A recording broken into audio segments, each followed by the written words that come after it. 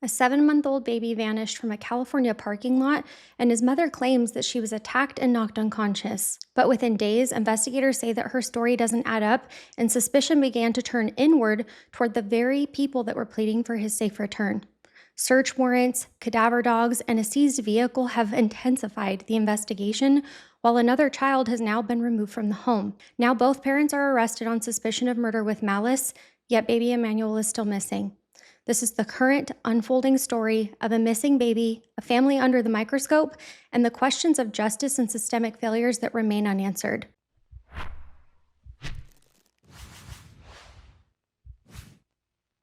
Welcome to the True Crime Nurse, everybody. My name is Kat, and I'm a registered nurse who loves all things nursing and true crime. Don't forget to subscribe and leave me a comment down below for any case suggestions that you have. Today's video is an extra video this week, and I wanted to get it up quickly for you guys now that there are some new updates and findings in this case. It's going to be a tough one, and I do plan to keep you updated as the case continues to unfold. So let's get into it. 7-month-old Emmanuel Haro lived with his parents, Jake and Rebecca Haro, in Cabazon, California, which is actually a small community in Riverside about 20 miles west of Palm Springs. 32-year-old Jake Haro, Emmanuel's father, and 37-year-old Rebecca Haro, his mother, are a married couple who, in addition to baby Emmanuel, have other children from prior relationships, as well as together. Jake Haro pleaded guilty in 2023 to felony charges after an incident in 2018 involving another one of his infants. According to Riverside County records, Jake was arrested in October 2018 for harming his then 10-week-old daughter that he had had in a prior relationship. Medical reports from that incident detail that the infant girl suffered an acute rib fracture, meaning a new one. She also had 6 old healing rib fractures, a skull fracture, a brain hemorrhage or bleed, neck swelling, and a healing or old leg fracture. For those of you that haven't seen my Gabriel Fernandez video, I talked about the significance of wounds that are all at various stages of healing. Arguably, some of the most important roles as a nurse that we have is our physical assessment and psychosocial assessments. With pediatrics or children, seeing wounds at different stages of healing paired with abnormal development or behavior is one of the most significant red flags indicating violence at home, and this would be reported to authorities. Doctors found 0 reasonable explanations for these extensive injuries on the infant, finding that they were highly indicative of mistreatment, violence, and neglect. Jake Haro reportedly blamed the baby's injuries on his then wife, who is Vanessa Avina. Both Jake and his former wife were charged in that case, and in June 2023, Jake pleaded guilty. As part of his plea deal, he was sentenced to 6 years in prison, but he was then placed on 4 years of felony probation and required only to serve 180 days in jail, which was actually done through a work release program. In other words, he didn't serve a full prison term, and the prison sentence would only be imposed if he violated his probation. Jake's attorney, Vincent Hughes, later emphasized that Jake, quote, acknowledged his role, end quote, in that prior incident and noted that, quote, more than one person was convicted, end quote, in that case, emphasizing that the child's mother was also held responsible. I don't know about you guys, but this sounds like a lack of accountability to me. The infant girl from the 2018 case survived but sustained severe permanent injuries. Emmanuel's half-sister was left unable to walk or talk as a result of what happened to her. She also reportedly is severely disabled and has a tracheostomy or trach. Family resources indicated that she suffered profound brain damage.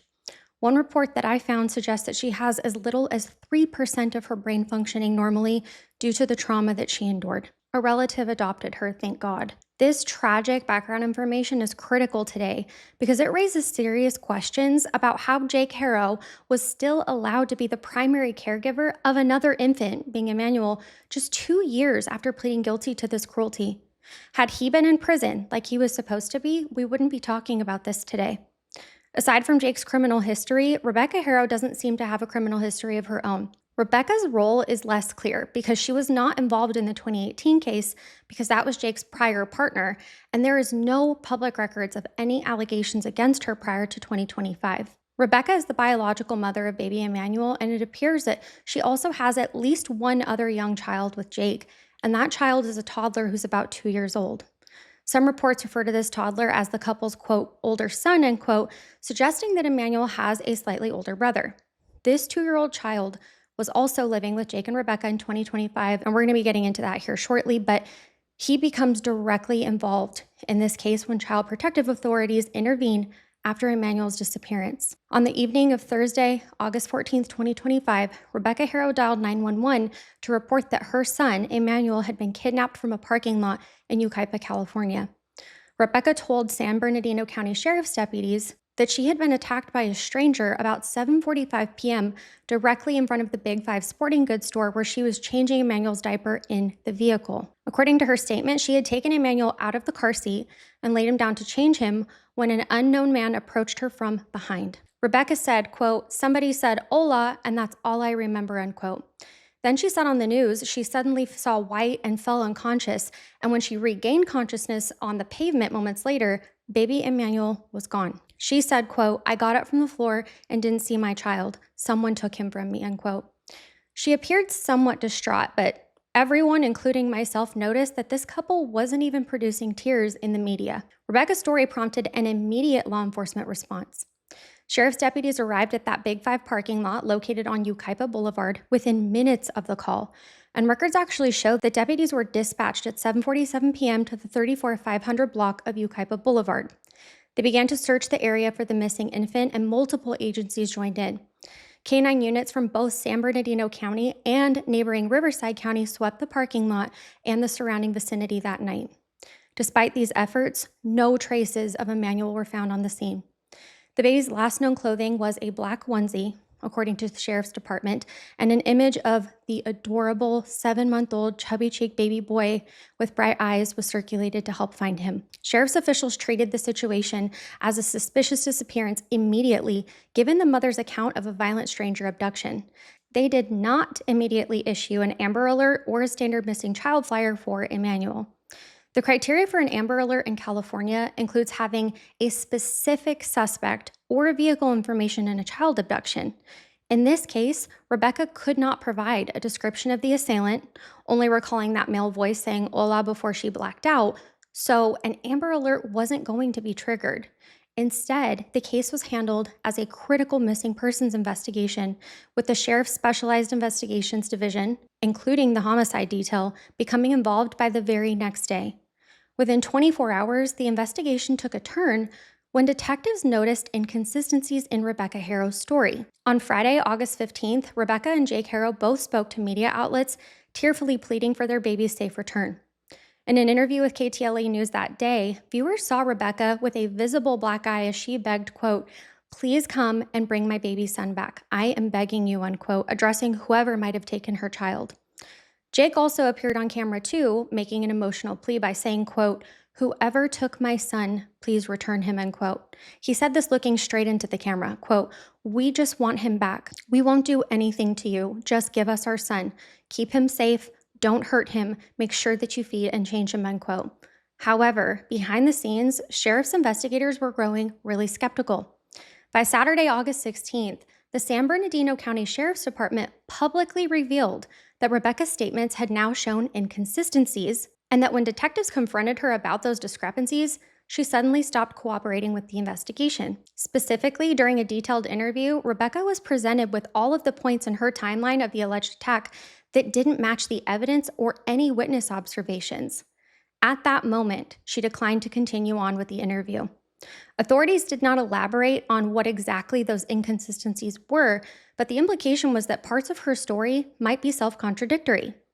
The Sheriff's Department announced that, given the questionable circumstances, they could not rule out foul play in Emmanuel's disappearance. In other words, at that time, they began considering the possibility that no stranger abduction occurred at all, and that someone known to the family or the parents themselves might be responsible. From that point on, Emmanuel's parents fell under a cloud of suspicion in the eyes of investigators. Officials noted that both parents had ceased cooperating fully. Not only had Rebecca cut off her police interview, but Jake Haro's level of cooperation is also currently in question. It was reported that the day after that initial day, the couple was no longer actively communicating with any of the detectives about the case. The same parents begging for help on TV were now at odds with law enforcement. The case moved from a search and rescue for a kidnapping victim to a potential criminal investigation into the infant's disappearance and recovery, and we have more updates towards the end of the video. As suspicion centered on the home front, authorities expanded their search efforts from the Haro's family residence in Cabazon. Over the weekend of August 16th and 17th and into the following week, San Bernardino County investigators with jurisdiction over the case executed multiple search warrants at Jake and Rebecca Haro's home. Police canine units, cadaver dogs, were brought to the property to sniff for any sign of the baby or evidence of foul play. Again, another update on that. Neighbors observed teams of officers scouring the yard and going in and out of the house. According to an official advisory, quote, extensive searches in Yucaipa and Cabazon were conducted, end quote, and a large amount of surveillance videos from various locations had all been collected wherever possible. On Tuesday, August 19th, a significant piece of potential evidence was seized. The family's vehicle, which Rebecca had driven to the Big Five that night, was towed by investigators for forensic examination. The vehicle could hold clues such as trace evidence of what happened to Emmanuel or inconsistencies once again in Rebecca's story. The seizure of the car emphasized that police were treating the case not just as a missing persons case any longer, but as a possible crime scene. It was confirmed by the sheriff's department that they had done several searches at the home and collected numerous items. According to Jake's attorney, though, the Haros surrendered their cell phones to investigators and even turned over their iPads, video game consoles, and any other devices for analysis. The couple's cooperation in handing over physical evidence was later cited by their defense as proof that they weren't hiding anything. Nonetheless, law enforcement did not publicly clear them, and no other suspects or persons of interest were named at that time. During the search of the home, an unrelated incident briefly caused online chatter when, on Tuesday, August 19th, a house fire broke out on the very same block that the Haro residence was. Social media speculation ran wild that this could be connected somehow. For instance, fears that maybe evidence was being destroyed, but authorities very quickly stated that those fires were in proximity to the Haro's home, but it was just coincidental. The investigation continued on, though. Meanwhile, Jake and Rebecca Haro maintained their innocence in the public and through their attorney. Vincent Hughes, Jake's lawyer, who is also representing Jake in his unrelated probation matter, gave multiple statements to the media between August 18th and 19th. He disputed law enforcement's characterization of the couple that they were uncooperative, insisting, quote, the family is cooperating, unquote, and that Rebecca, quote, only refused to take a polygraph test, unquote, not that she refused to help at all. Polygraph tests are voluntary, and Rebecca's refusal to submit one after being questioned for hours, in his eyes, was valid. Let me know your thoughts in the comments down below on this, though. Hughes also criticized the sheriff's department for not issuing an Amber Alert or even a missing child flyer for Emmanuel, and for not providing the parents with updates on the case. In a statement to Fox 11 LA, Hughes complained, quote, it doesn't seem that law enforcement is doing anything to find this child. The parents are not getting the support that they need, end quote. He even claimed that the couple felt harassed by the intense scrutiny, as by this time, local community members and even bloggers were swarming around their home. Hughes said that the Haros had been receiving death threats from multiple people who assumed their guilt. During this time phase, though, a few leads and tips surfaced, but kind of came out of nowhere. For example, the family said that there was a supposed sighting of Emmanuel in Bakersfield, California, which is over 150 miles away.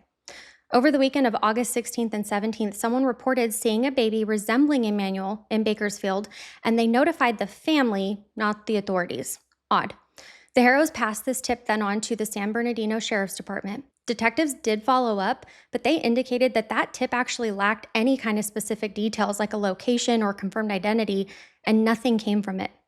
No evidence confirmed that Emmanuel had actually been taken that far from home. A candlelight vigil was held on Sunday night, August 17th, in the Big Five parking lot where the alleged abduction occurred.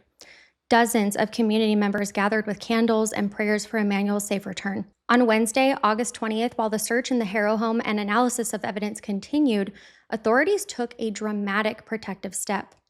Riverside County Child Protective Services, or CPS, removed the Haro's 2-year-old child from the home. This toddler, Emmanuel's sibling, was placed into the custody of CPS just for the time being. However, the context makes it clear that with one child missing under suspicious circumstances and a parent with prior convictions, CPS intervened to ensure the safety of the remaining child in that household. The authorities were not going to risk another potential victim now. Some have questioned why CPS didn't step in sooner, for example, at Emmanuel's birth, given that Jake Haro's probation for the earlier abuse case had been violated. California law does mandate assessments of families when a parent has a known child abuse history, so my question is, did that even happen? I'm sure we're going to find out in the media soon enough, though. The removal on August 20th may also have been prompted by new evidence revealed during the searches. For instance, if forensic evidence in the home or car suggested harm to the baby. More on that to come shortly. We do know that cadaver dogs were reportedly used in the search. If those dogs indicated any trace of human remains or blood, that would have greatly heightened concern and then could trigger that CPS action. At that time, authorities didn't confirm any findings, but this is a reasonable theory given the timeline. I did also see on TikTok that blood has allegedly been found in the home, but on the day that I'm recording this, the day of the arrest, that has not been confirmed by police. 1 week after the disappearance, the case escalated though. On Friday, August 22nd, today, while I'm recording this, Jake and Rebecca Haro were arrested at their Cabazon home. It's also been confirmed by police in Yucaipa that Emmanuel was not kidnapped officially, and they are searching for his remains. San Bernardino County Sheriff's Office officially announced that the parents were taken into custody on suspicion of murder. This horrifying development means that investigators believe baby Emmanuel is likely deceased and that his parents have something to do with it. They would not be making this arrest without evidence to support it, so this made my heart drop. The arrest operation took place early this morning, with multiple law enforcement vehicles and personnel arriving at the home, and by mid-morning, the couple left in handcuffs. I also saw on TikTok that people were reporting that a forensic unit is also on scene, but again, that's alleged. Authorities did not immediately disclose what evidence led to the arrests, nor have they confirmed Emmanuel's body has been found, only that they know that he has not been kidnapped and arrests have been made. I did see a video that the terrain around the home is very desert-like with a lot of trash, brush, and places that are still being searched around the home. As of now, the baby is still missing. However, charging them on suspicion of murder strongly implies that the investigation uncovered something concrete and concerning. People initially felt that since the parents mentioned Emmanuel in past tense in the media, that's also a strong indicator of guilt knowledge. And honestly, you guys, I agree. It's also possible that the accumulation of circumstantial evidence, combined with the father's past record and maybe findings we don't know, have all compelled law enforcement to act. I'm sure we're going to find out more information soon, though. Something else that I want to point out is that the arrest came just days before Jake Haro was actually due in court on September 2nd for a hearing on violating his probation in 2023.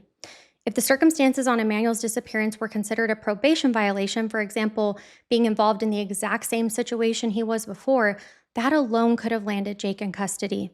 But the charge of suspicion of murder goes far beyond a probation hold. It indicates prosecutors and police are prepared to pursue homicide charges pending further investigation.